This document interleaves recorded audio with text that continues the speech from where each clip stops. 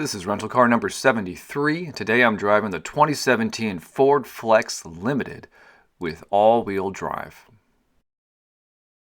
So before we get started, I just want to point out that this is actually a Canadian rental vehicle. So it's got Quebec license plates on it. One of the windows, it has these strange white writing on it, noting that it's a Canadian vehicle.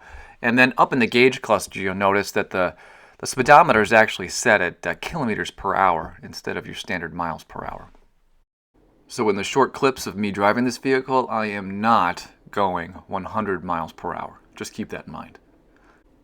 Alright, but back to the Ford Flex. This has continued to be a crossover type SUV vehicle, but really it feels more like a modern station wagon. And I say that out of love, especially when you see that there are these sort of striations on the side of the vehicle that kind of resemble that old style wood paneling you'd see on classic station wagons. Plus it rides pretty close to the ground, so it doesn't feel like your traditional SUV.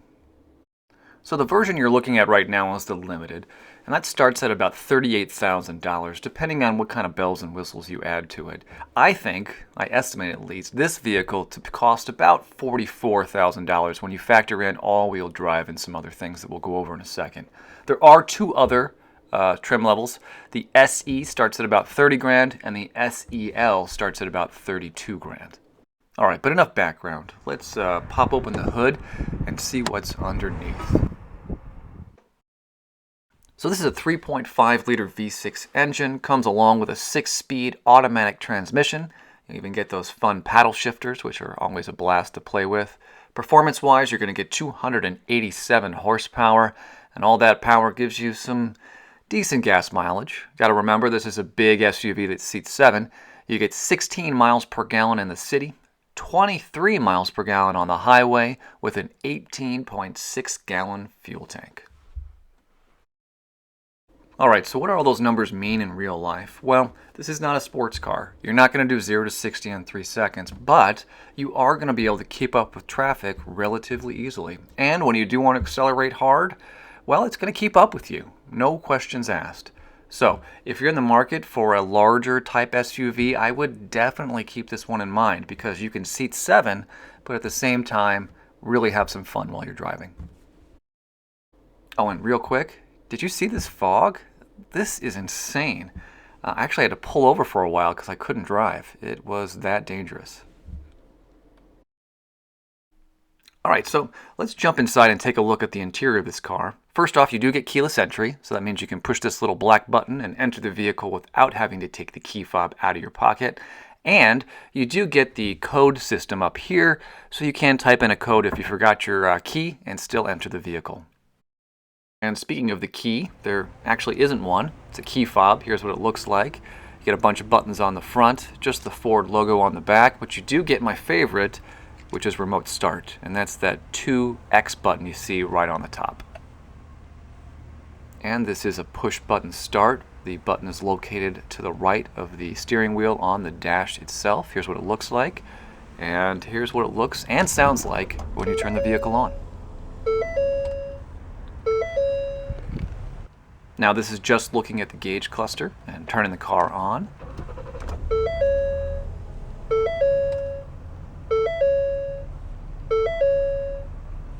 And then turning the vehicle on and looking at the center display.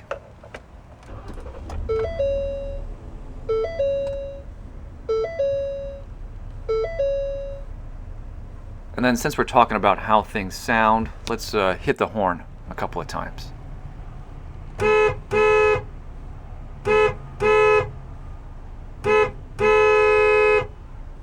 Alright, so here's the steering wheel. There are a bunch of buttons to play around with. Let's go over them really briefly.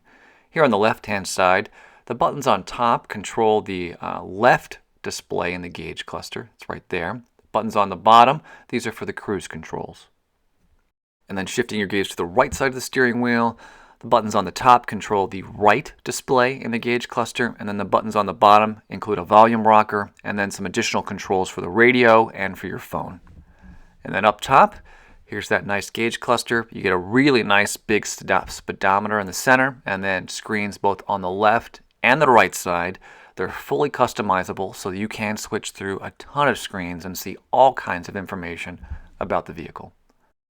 I really think Ford has done a nice job. These screens are actually useful. The colors are bright and crisp, and I had no trouble seeing them both in bright daytime hours and late at night. And to the left of the steering wheel, you get all your standard buttons here. Door locks, window controls, that dial you see is to control the headlights. Then to the right of that, you get a button to open and close the hatch, and a dial to adjust the brightness of the lights in the center display. And then a little further up on the door handle itself, you get the door locks, and then up top, sitting on top of the door, you get your mirror controls right here. Now the side mirrors are actually worth talking about because they come with blindside detection. It's right here. It's a little bit of a yellow light that will illuminate when someone is in your blind side. And it's just a blinking light, there's no sound here. So you see that yellow light? And now you see the car passing. It's actually pretty useful, so when someone is driving either on the left or the right side of the vehicle, you get a little extra notification to avoid an accident. I like it, I know some people don't, but I'm glad to see it included on the Flex. And some other fun features on this side of the vehicle, well, right here on the side of the steering wheel, you get pedal controls. So what does that mean? That means you can adjust the height of both the accelerator and the brake pedal. Watch me moving right now. It's kind of subtle, it's up and down, only a few inches, but I don't know, I like that extra control to make things comfortable. And then down here, you'll notice there's also a push pedal parking brake. So let's shift our gaze to the center of the interior. Up top, you get a sunglass holder with some decent padding. You get two bright lights to illuminate the cabin, and then you get your rear view mirror without any buttons on it, which I'm a fan of. And then below there, you get your center display. This is a large touchscreen. I'm a big fan of Ford's system. I like that there are dedicated menu buttons along the bottom of the screen. You'll see audio, climate, phone, etc. That means that you can just reach down and touch one of those buttons and then instantly pop over to that menu. My only major criticism is that some of the climate controls are hidden in a menu structure. I'm kind of a big fan of having big buttons on the dash itself, but it's a small critique. And speaking of those climate controls, here they are. I think they kind of look a little bit futuristic, maybe? I don't know, I like it a lot, including the dial in the center to adjust the volume. This feels a little bit like a touchscreen. None of the buttons are actually raised. They're all flush with the actual dash itself, and it kind of has a glass top over top of everything. I'm a fan. I was able to use it pretty quickly and easily. And I like that Ford has refreshed this area of the vehicle. It makes it feel unique, and I'm usually a fan of those type of style choices. And then below the climate controls, you get two nice sized cup holders and your gear shift. Look, there's really nothing special to talk about in this area of the vehicle. Everything works just fine.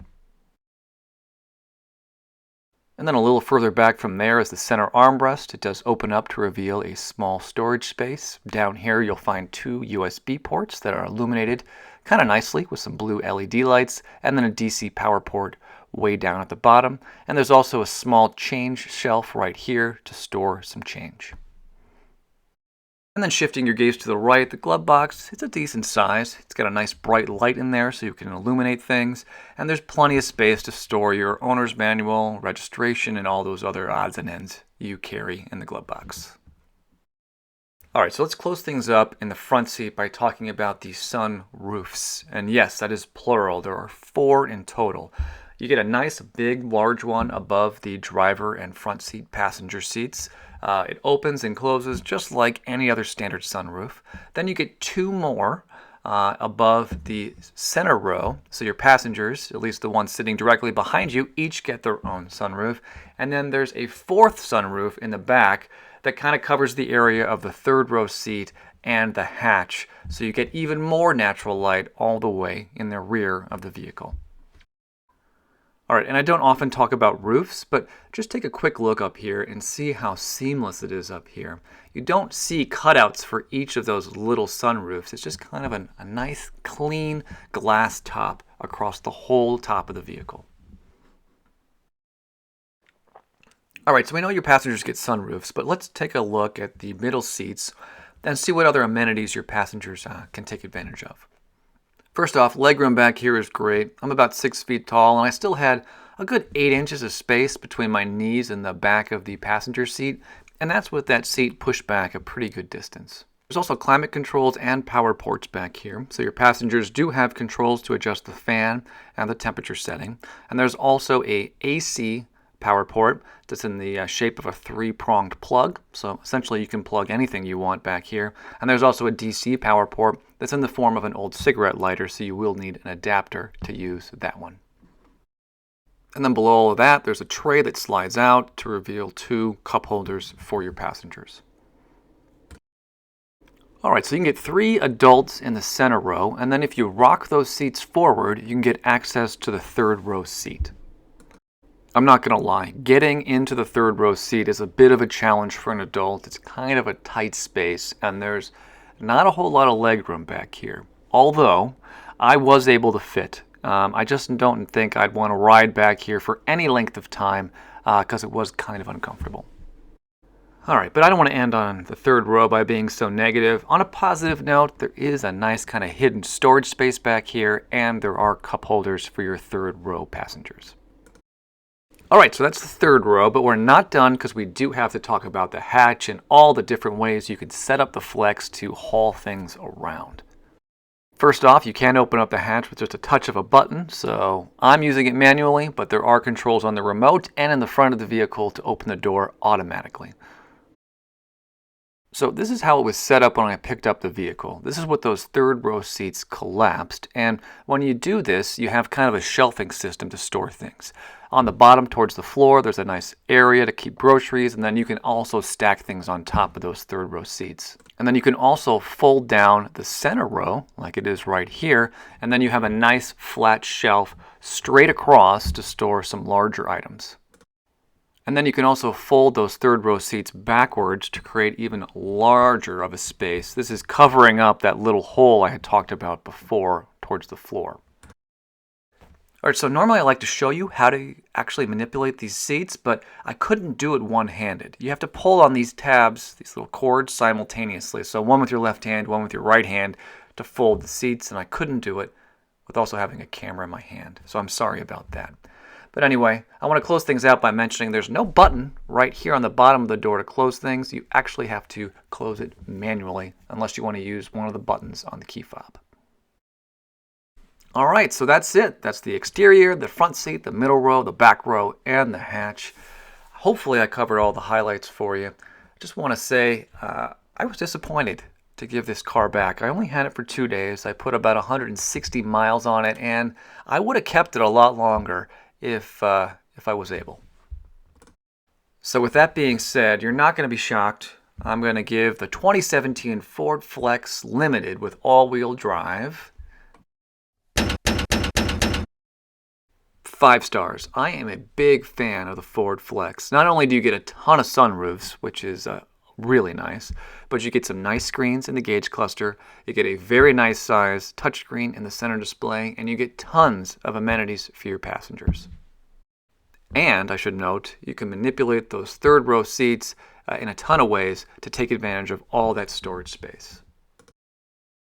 So if you get the chance, I highly, highly recommend that you take this one out for a spin. I don't think you'll be disappointed. And if you have driven one, I would love to hear your thoughts. Please leave me a comment when you get a chance. All right, so that's it. I hope you'll join me next time when I rent my 74th rental car. That'll be the 2018 Jeep Wrangler. I'll see you then.